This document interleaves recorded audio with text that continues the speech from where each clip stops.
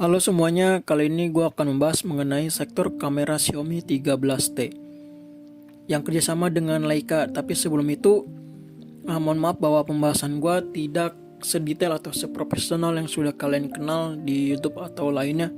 Ini hanya pandangan gue dari orang awam yang make ponsel di sektor kamera dan semuanya ya itu apa adanya gitu. Pakai HP, yaudah tinggal pakai aja. Nah, pembahasan ini ya jelek atau bagusnya itu gue tuangkan di skrip dan gue sampaikan video kepada kalian. Oke, lanjut kita pembahasan mengenai kamera Xiaomi 13T. Xiaomi 13T itu sangat heboh karena ya kalian tahu bahwa smartphone kelas menengah kok bisa kerjasama dengan Leica. Apakah Leica ini benar ada di Xiaomi 13 itu pertanyaan-pertanyaan yang muncul selalu di komentar YouTube yang gue temuin. Dari penemuan gue bahwa Xiaomi 13T dari official Leica di website resminya itu menyatakan bahwa Xiaomi 13T memang ada kerjasama dengan Leica. Nanti akan gue tampilkan hasil screenshot kepada kalian mengenai pernyataan dari official Leica. Dan gue juga nonton beberapa channel di YouTube, terutama di K2G, dia bagus sih pembahasan mengenai sektor kameranya. Jadi menurut dia itu memang benar ada tundingan Xiaomi 13T dengan Leica, jadi bukan hal gimmick belaka. Dan gue juga mengaminin itu sih karena gue coba memang ada kas-kas Leica gitu. Gue udah ngamatin videonya K2G, ternyata memang kas Leica itu nggak kalau orang awam sih kayak nggak kelihatan gitu, cuma ada kas Leicanya. So kita lanjut ke bahas spesifikasi kameranya. Nanti untuk spesifikasi kameranya akan gue tampilkan detailnya di video. Yang pertama kita bahas yaitu tampilan UI kameranya Xiaomi 13T. Kurang lebih sih sama tampilan UI kamera dengan Xiaomi lainnya. Dan di sini ada namanya identik warna aksennya merah, ya mungkin ini untuk menghormati kolaborasi Leica. Dan di mode kamera juga terdapat ada namanya Leica Vibrant Style dengan dua mode, nanti akan gue sampaikan. Yang pertama itu hasil kamera utamanya dari orang awam yang tinggal jepret aja gitu. Kalau menurut gue hasil kamera utamanya jujur bagus banget. Apalagi di sektor di cahaya berlimpah atau di malam hari, itu kamera utamanya jujur bagus banget. Peningkatan di ponsel kelas mid-range yang gue nggak nyangka bisa sebagus ini gitu kelas menengah. Terutama di luar ruangan ya, itu objeknya tajam dan rentang dinamisnya kalian bisa lihat lebar dan bagus, luas dan noise-nya juga sedikit.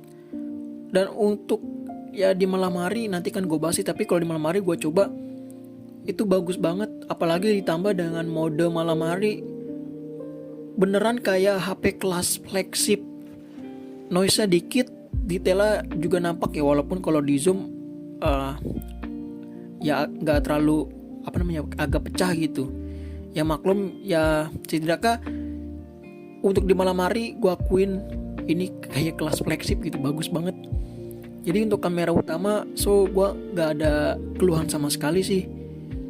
Dan lanjut ke mode Leica. Di mode Leica ini terdapat ada filter Leica dan mode Leica. Yang itu pertama gue suka sih filter Leica itu namanya black and white. Ini seperti black and white yang gak biasa gitu. Ada karakter khas Leica banget. Menurut gue sih black and white lebih hidup gitu. Jadi kayak ya terasanya karakter yang ada di foto ini yang gue sebutkan sebelumnya itu terasa hidup. Dan ada juga namanya Leica Vibrant dan Leica Authentic. Kalau dari mata awam gue jujur kagak ada perbedaannya, tapi kalau gue amatin di video K2G gue nonton itu ada, tapi nggak, kalau di mata orang kayak sama aja gitu. Ternyata ada khas Leicanya. Tapi ya gue coba keduanya, gue lebih suka Leica Vibrant. Jadi menurut yang gue temuin sih Leica Vibrant di Xiaomi 13T bayangannya lebih terang, warna lebih hidup, namun reproduksi warnanya masih terbilang realistis. Dan Leica Authentic ini yaitu warnanya lebih akurat dan realistis, kontrasnya lebih tinggi, bayangannya lebih dalam, dan efeknya lebih halus. Dan gue lebih suka di Leica Vibrant ya, walaupun keduanya yang gue sebutkan sebelumnya gak terlalu nampak di mata orang awam gitu. Dan lanjut ke namanya resolusi penuhnya 50 megapiksel. 50 megapiksel menghasilkan rentang dinamisnya baik, detailnya kalian bisa lihat tuh, detail dan banyak banget. Jadi kalau di crop gak mudah pecah, dan ketajaman dan noise-nya cukup baik. Untuk telefoto, selama gue pakai HP, gue belum pernah sih pakai ponsel yang ada telefotonya. Jadi untuk orang awam seperti gue, tele di Xiaomi 13T jujur sangat membantu banget, karena menangkap objek dengan telefoto 2 kali ini terlihat sangat baik. Ya bokehnya cukup rapi sih, walaupun gak semuanya 100% perfect maksudnya gitu. Selama gue pakai ya warnanya baik, tingkat detailnya baik, ketajamannya oke, dan rentang dinamisnya lebar. Jadi untuk tele ini berguna banget. Dan lanjut ke ultrawide. Ya ultrawide tuh nice to have ya. Ini upgrade sih 8 megapiksel ke 12 megapiksel dengan sensor Sony IMX. Bukan Sony IMX, yaitu dari OmniVision 32B. Ya secara ultrawide nggak bagus banget itu, nggak jelek juga, ya tengah-tengah lah gitu. Kalau menurut gua ketajamannya dapat diterima sih, walaupun pas di zoom atau kalau dilihat detail lagi agak kurang gitu. Ya nice to have lah ultrawide. Untuk kamera depan jujur lumayan sih, tapi ada yang gue temuin sih bahwa kalau pakai SDR hasilnya kayak kurang, dan kalau nggak pakai SDR malah lebih bagus. Tapi kalau pakai SDR latar belakang di ya kalian bisa lihat latar belakang itu atau awan-awan cahaya di belakang itu bisa ditangani dengan baik. Dan lanjut di malam hari ya, kalau di malam hari tentu di kamera utamanya gue sebutkan sebelumnya itu bagus sih, apalagi ditambah dengan mode malam hari. Sangat membantu banget hasil dari Xiaomi 13T. Untuk ultrawide di malam hari masih kurang sih, emang nice to have banget, tapi gue temuin bahwa ultrawide di mode malam hari ya ada peningkatan sedikit gitu. So untuk di malam hari hasilnya ya bagus, tapi untuk di kamera utama. Tapi untuk di ultrawide dan selfie belum. Dan lanjut ke video ini. Oke, kali ini gue akan merekam kamera video di Xiaomi 13T dengan resolusi 4K 30 fps. Mari sebelum itu kita lihat dulu dynamic range di belakang ini bagaimana, apakah dia bisa nampilin dengan baik. Ya kalau dilihat sih Xiaomi 13T cukup bisa menanganin detail dan kualitasnya masih jelas natural ya, seperti aslinya bener nih. Cukup oke sih. Kita lihat jalan stabilisasinya. Kalau dilihat stabilisasinya Xiaomi 13T jujur cukup baik. Untuk mikrofon bagaimana? Coba tes lari.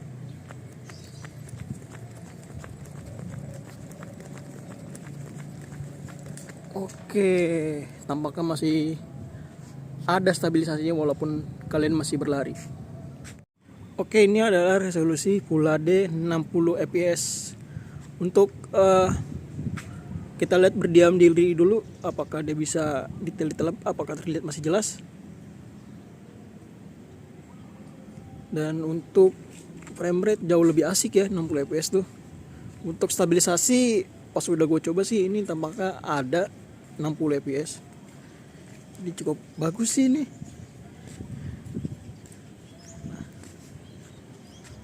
Kita coba lari dulu.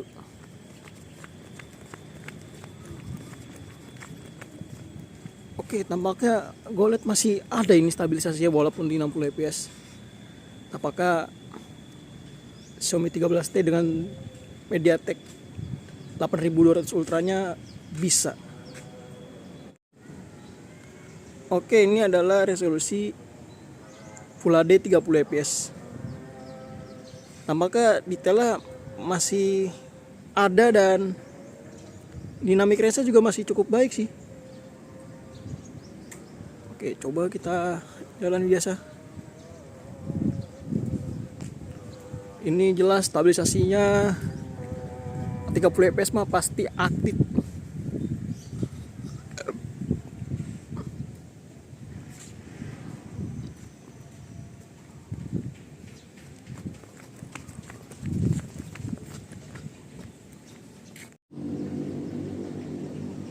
Oke, ini adalah resolusi Full HD 30 fps di Xiaomi 13T kamera depannya. Sayang banget memang Xiaomi 13T yang gue keluhkan gak bisa Full HD 60 fps, padahal secara chipset itu bisa banget dibuka 60 fps kamera depan, tapi nggak tahu kenapa tampaknya ditutup. Kalian bisa lihat sendiri ini apakah belakangnya masih bisa ditangani dengan baik, detail dan lainnya. Kita tes sambil jalan. Stabilisasi ada? Jawabannya ada sih.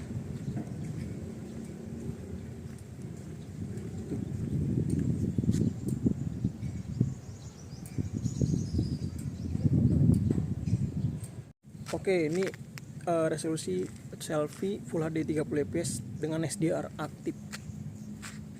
Bagus sih dengan SDR aktif, ini latar belakang masih sangat bisa justru ditanganin lagi nih. Dan stabilisasi tentu masih jalan. Detail dan gedungnya semuanya SDR ini sangat membantu banget.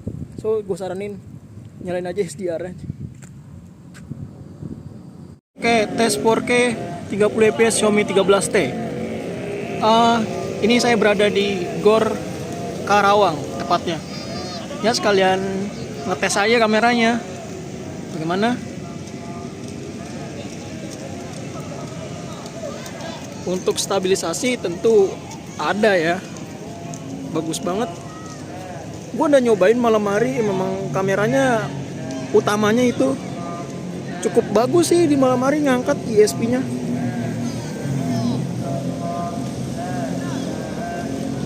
Bagaimana mikrofon dan suara noise di belakang?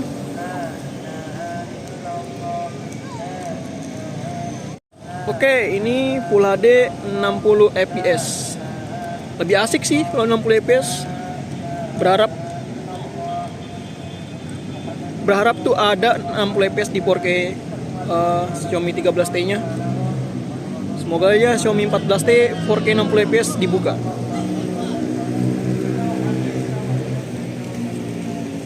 Kita tes stabilisasi sambil jalan santai aja.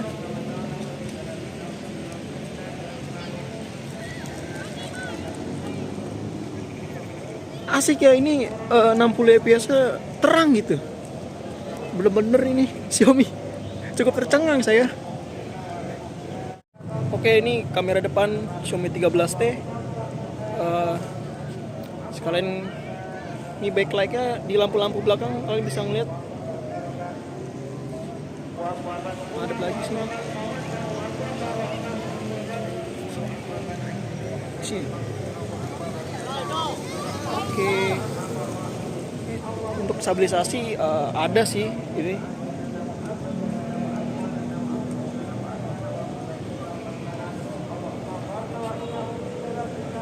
Ini videonya bagus sih karena stabilisasi Gear OIS semua bekerja. Hampir gua coba videonya ini sangat baik. Kamera utamanya sampai 4K 30 fps. Untuk mikrofonnya juga gua akuin mikrofonnya Xiaomi bagus banget. Untuk kamera depan videonya bagus juga. Ada stabilisasi Gear OIS aktif dan mikrofon aktif, tapi sayang untuk kamera depan selfie-nya masih 30 fps, seandainya 60 fps. Padahal secara chipset itu bisa loh, tapi memang Xiaomi ya mungkin ada Xiaomi 14T mungkin dugaan gue dibuka tuh 60 fps karena memang ya ada peningkatan gitu step by step. Seharusnya tuh secara chipset bisa, cuma sama Xiaomi di lock. Jadi untuk video bagus untuk di malam hari videonya. Gimana bang untuk malam hari videonya? Oke aja sih. Cuma jangan pakai di ultrawide dan tele sih. Kalau menurut gue kamera utamanya aja dipakai, videonya itu lumayan lah bagus. Dan kesimpulan bahwa Xiaomi 13T kameranya nggak orang bilang jelek dan Leicanya cuma gimmick gitu. Enggak, ini semuanya memang benar ada di Xiaomi 13T. Leicanya benar ada, peningkatan kameranya benar ada, dan kualitas selama gue pakai gue jadi suka foto-foto sih, karena ya kapan lagi gitu smartphone kelas menengah kameranya sebagus ini dan harganya hanya 6,4 juta. Kalian bisa dapat kamera yang cukup baik gitu. So jadi untuk kamera menurut gue sih hampir kelas menengah bisa namanya apa ya, kebingungan gitu cara ngalahin Xiaomi 13T. Tapi ada sih yang tadi baru banget tuh video gue buat, Vivo V30 Pro dengan Zeiss. Ini menarik banget sih, seandainya ada YouTube yang mengcompare Xiaomi 13T dengan Vivo V30 Pro Zeiss versus Leica di kelas mid-range. Nih harus wajib ada dan bisa lihat pembandingannya gitu ya. Tapi gue juga terima kasih bahwa Xiaomi bisa membawa Leica di kelas menengah, dan brand lain juga mengikuti seperti Vivo dengan V30 Pro dengan Zeiss ya. Ini adalah kabar baik untuk kelas menengah, bahwa kelas menengah ponsel itu sudah jauh peningkatannya. Jadi ponsel Rp 6,4 juta Xiaomi 13T layak dibeli, terutama bagi kalian yang pecinta fotografi.